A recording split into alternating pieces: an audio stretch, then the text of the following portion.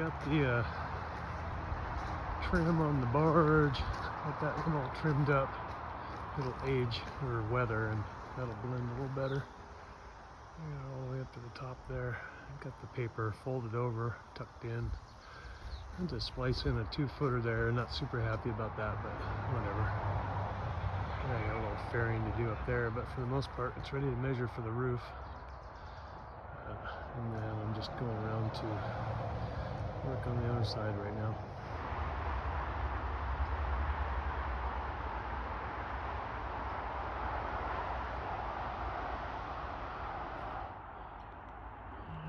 Both sides are wrapped. Coffee time, done. It's hot.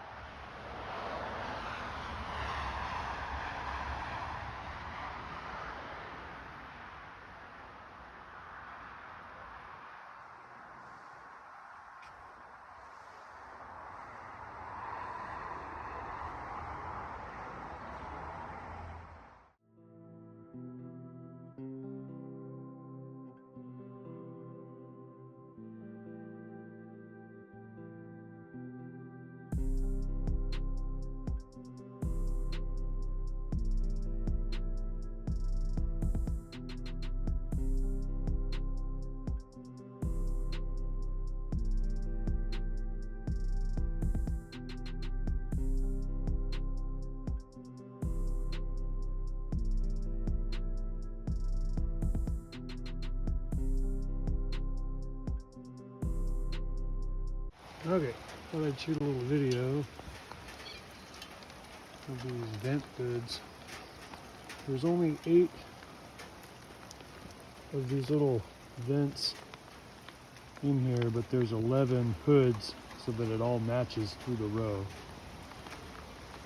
It's dumping buckets out here, and these shingles up here are completely dry. That's water I put on there from the ridge cap.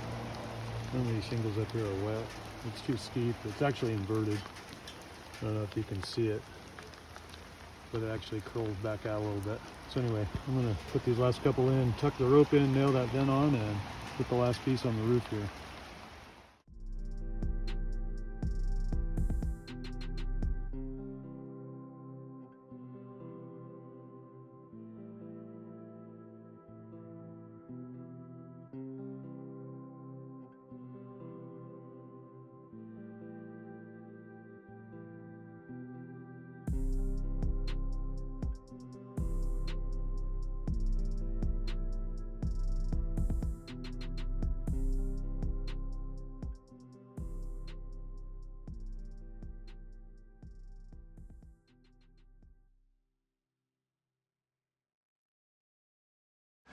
Okay, today I got a bunch done. I got a rope up here holding in this frame, which is hinged at the bottom. It's kind of like the whole window box here. It'll all fill in with wood and everything. And that one window I have goes in there. It'll be a box that makes the window seat and the window at the same time. But this whole thing hinges out. If you look at the shape on the outside is curved and the roof is slightly curved. It doesn't go out farther than the overhang, but when it's all set up, it'll all open down so we can put a piece of plywood over it and roll things in and out onto the forklift. So standing back at the other end by the stairway, that's what it looks like. Anyway, I'm happy with the boards I salvaged. This thing has this was an arch piece left over from the roof that I've got kind of there as a mantle over it. At some point I'm going to have to put a winch up there to lower and raise that thing. There's a couple of holes in here too, so that when it's up in there, I can put a catch in there to keep it from flopping open. But I'm pretty happy with that. Anyway, okay, that's what I did, and I'm going in, start a fire, and work on other things. Here's a little bit better look at the whole thing now that I got the plywood on this afternoon. It was a nice little treat to get done. One little booger there I'm gonna have to put a sticker over. That really bugged me, but what are you gonna do? I'm not gonna replace the piece. Excelente. Starting to take shape.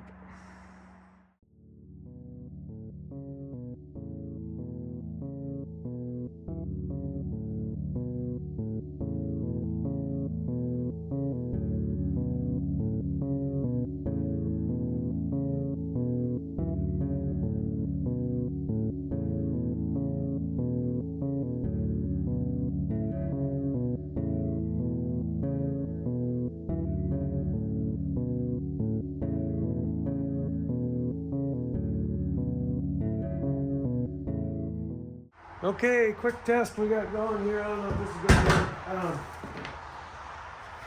100 volt Makita Groover runs a big, up to about 1 inch and 7/16 wide or something like that. They're all 4 3/4, but it's, for either like a dado in the middle of the beam or a rebate at the edge of a beam or something like that. They are 100 volts. We have 120 here, 115 in spots. What I'm doing, I think I'm going to try here, just kind of low end. I got this old roll of pump wire. I think it's about 400 or 450 feet. It's probably 12, maybe 10, somewhere in there, gauge wire. And I'm just going to hook it up and see what it draws. We're going to try to play voltage drop. There is no marked neutral, but what I'll do is if I can't get enough out of the 400, I'll just pair them up and run with no ground, basically hot and neutral, and then come back out the other end. But anyway, we'll set it up, see what happens.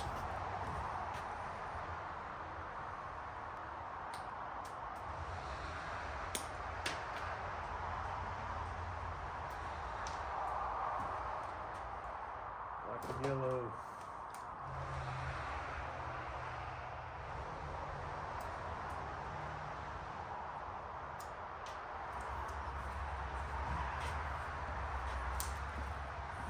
A friend did mention to me that even though I hook it up, I'll still measure 120 volts at the end until I apply a load to it. I guess the only real way would be to put a bunch of load into it and then try to draw off of it. But so what I'm going to do is I'm going to put in a little set of leads, test leads, when I wire nut it all together so that I can test what the draw is when I'm running it, or when I power it up.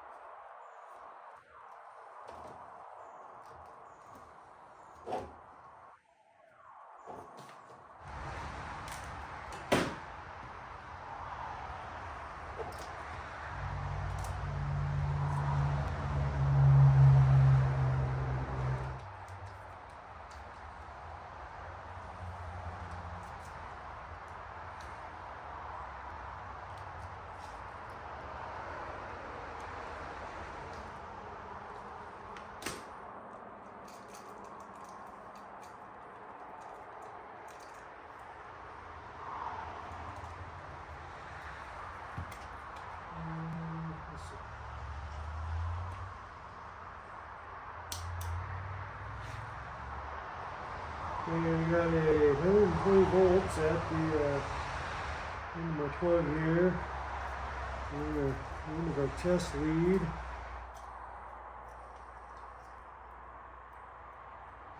Yeah, we dropped about maybe 1 volt for there. And maybe no volts. Okay, 0.2 of a volt drop.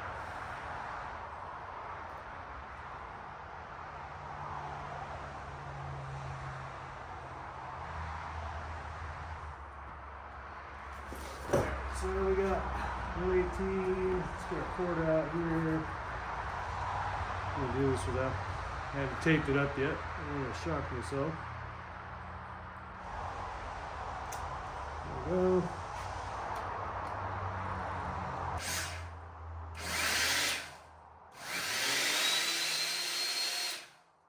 Not getting enough voltage drop, but there's no load either. So we're We got about 119 on the meter. I did see 110 once.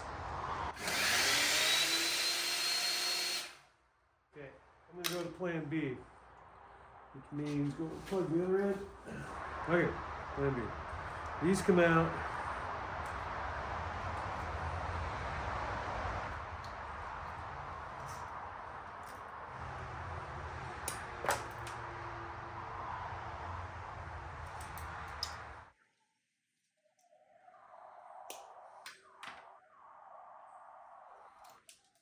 So we'll do green and yellow, because the yellow is signifying white because it was closest in color, at least in my brain.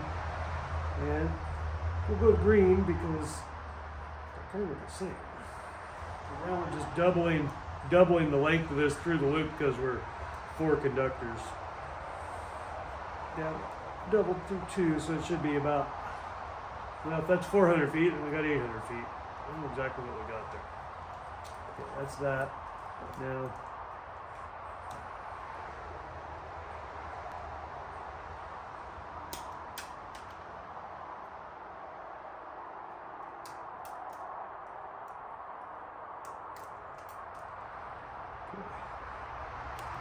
again, green and white, not that it matters.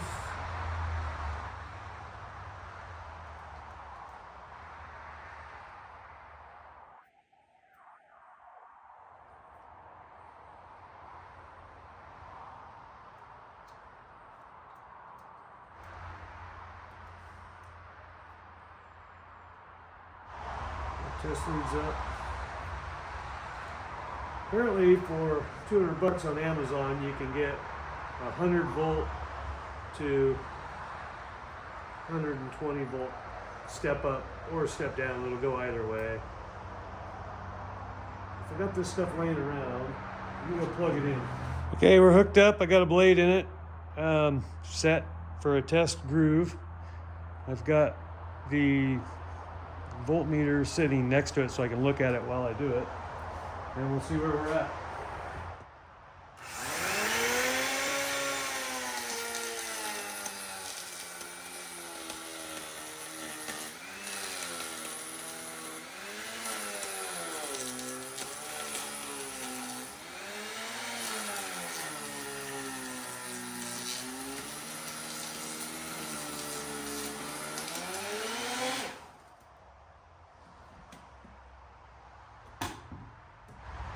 Well, the lowest I got was about 111.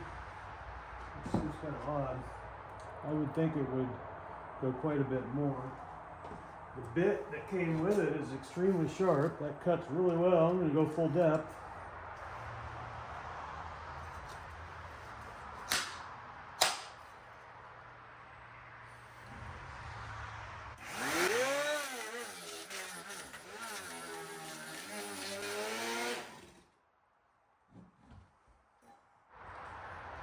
I wonder if my other cutter is deeper. What is that cut? It's pretty close.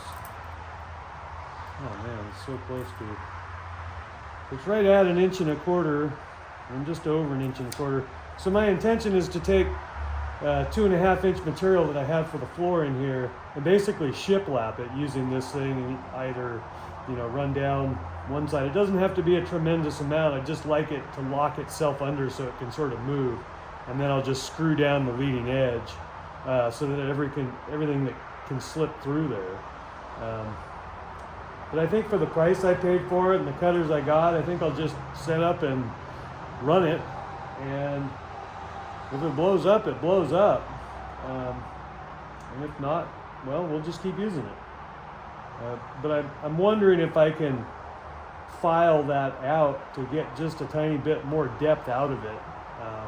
Because I think some of my boards are probably a little under. Well, this one's a little over. It's going to be really close. No matter what I do, it's going to be close. And if I got to take a pass in 2 directions, I will. The cutter I have, I think, is 30 wide, but there's also a 36 wide in there. Hang on. Yeah, it's a two-bladed cutter. Yeah, so that's like 1 3/8 inches, probably 1 7/16 inches. Maybe it's like, what would that be? 35, 37 mil or something, 36. It says 36 right on it. So anyway, Let's see what happens. Stay tuned. Okay, that worked a lot better. That's gonna work.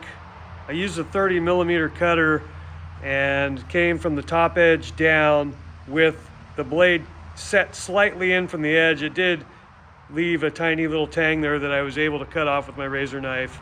But I think what I'm gonna do is, it'll be kind of a two-step deal. For the rebate, I can just set it right at the edge and cut, 30mm or 29mm, whatever, and the depth will be enough. But then for this other cut, what I'll do is, to avoid what just happened, is I'll cut it in two passes. So I'll cut one cut in from the face of the board, and then take the remainder out from the edge. But like I said, I'm gonna build a set of sawhorses with a little tang to hold the boards vertical so I can just run right down it. Anyway, it's gonna be a bunch of work, but it'll be done nice when it's done.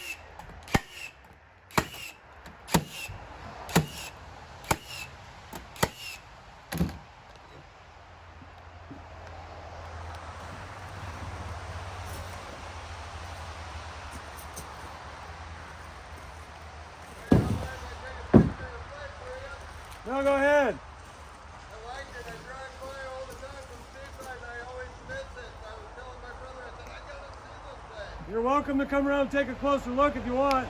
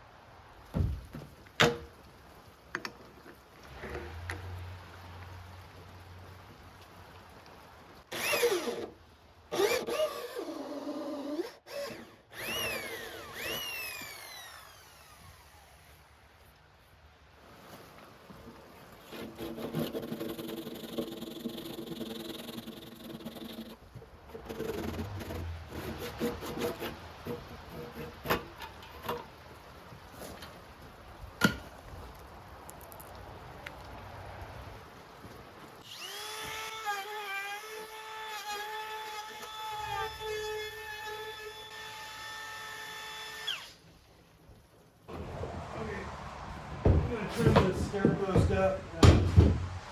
Blade here is about 2 inches roughly to the top of the blade from the downside of the saw. Push it 1/2 inch.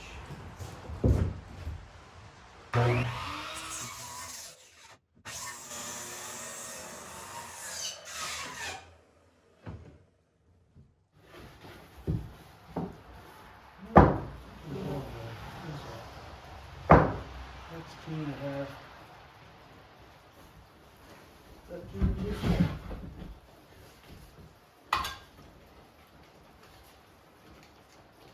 Oh, just made it 1.5 inches. Is that right?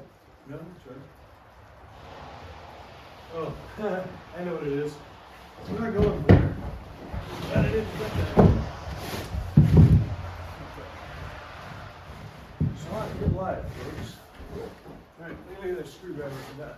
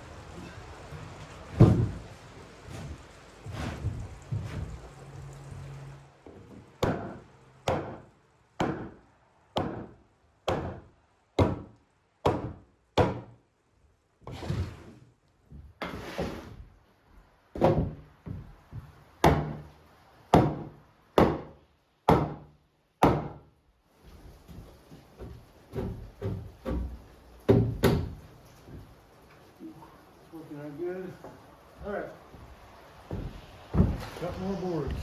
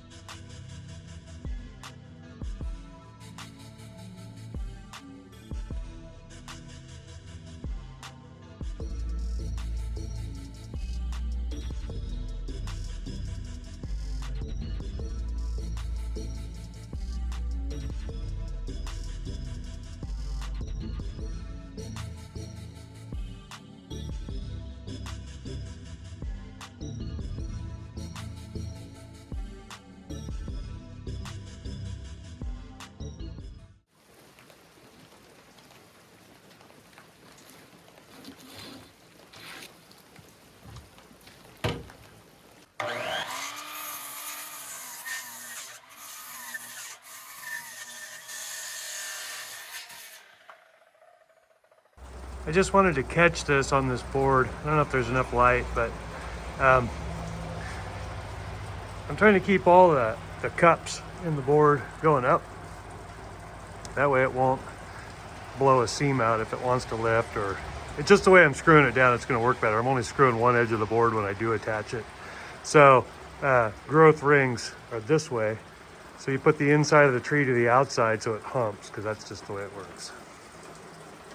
We'll go look at the other end, see if it's cleaner. Yeah, it shows it a little better, but it's a good looking board. That thing is heavy as heck.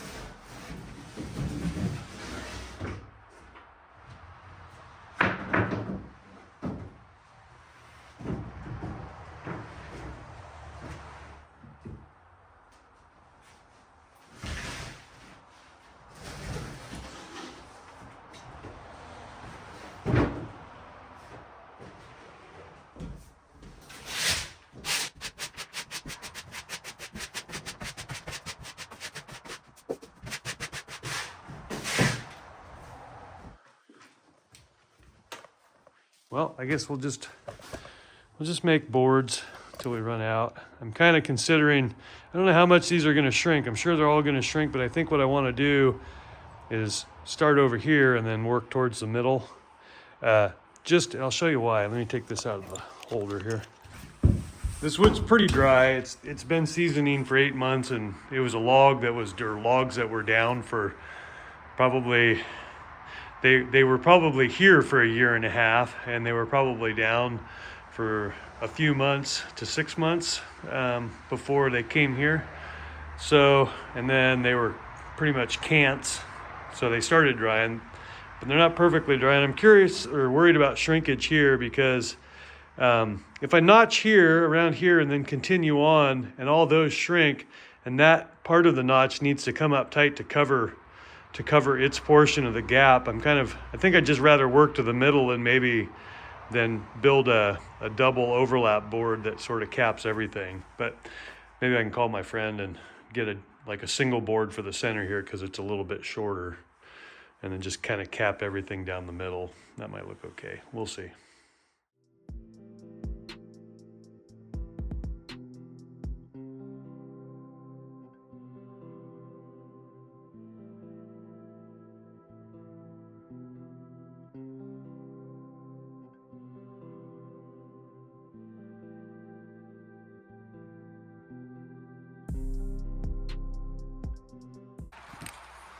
Pure serendipity here. I just was grabbing random boards, and I was going to start at the other side and come back, and I measured. I actually end up with a seam. It's really close. I mean, I could probably gap them all and get it to work right there, but it's a little bit wider there, but you get the idea. I think that'll work. Seems balanced. All right, next board.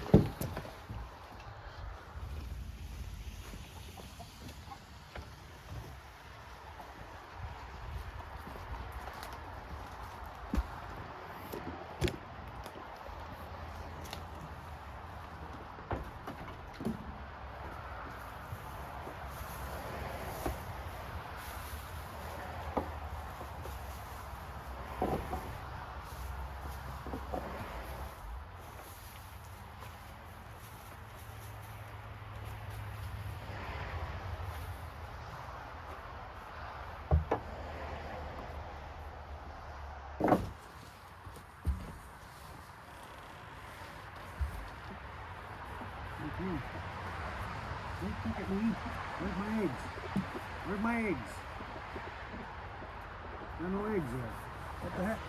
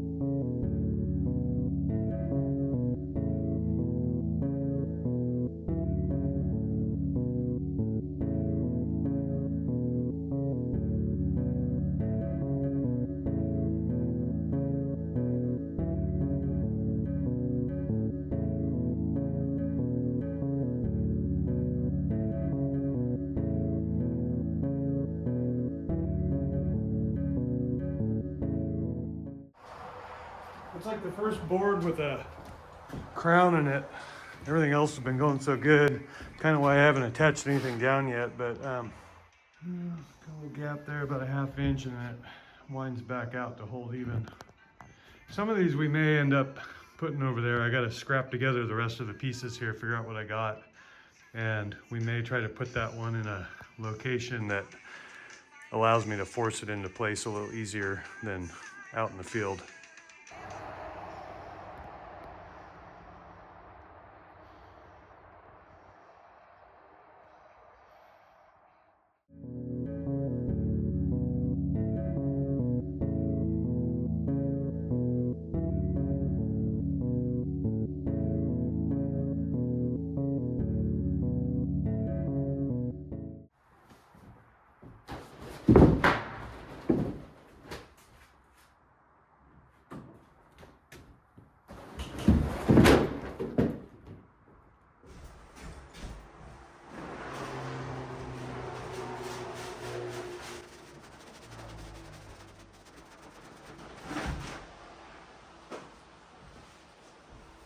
Okay, I filmed all of this anchoring the floor down or screwing the floor down yesterday, and then it turns out I didn't turn the camera on. I was using a different camera, and I must have fat fingered it when I walked away from it, and I turned it right back off because I had about 1 second clip, or 2 second clip.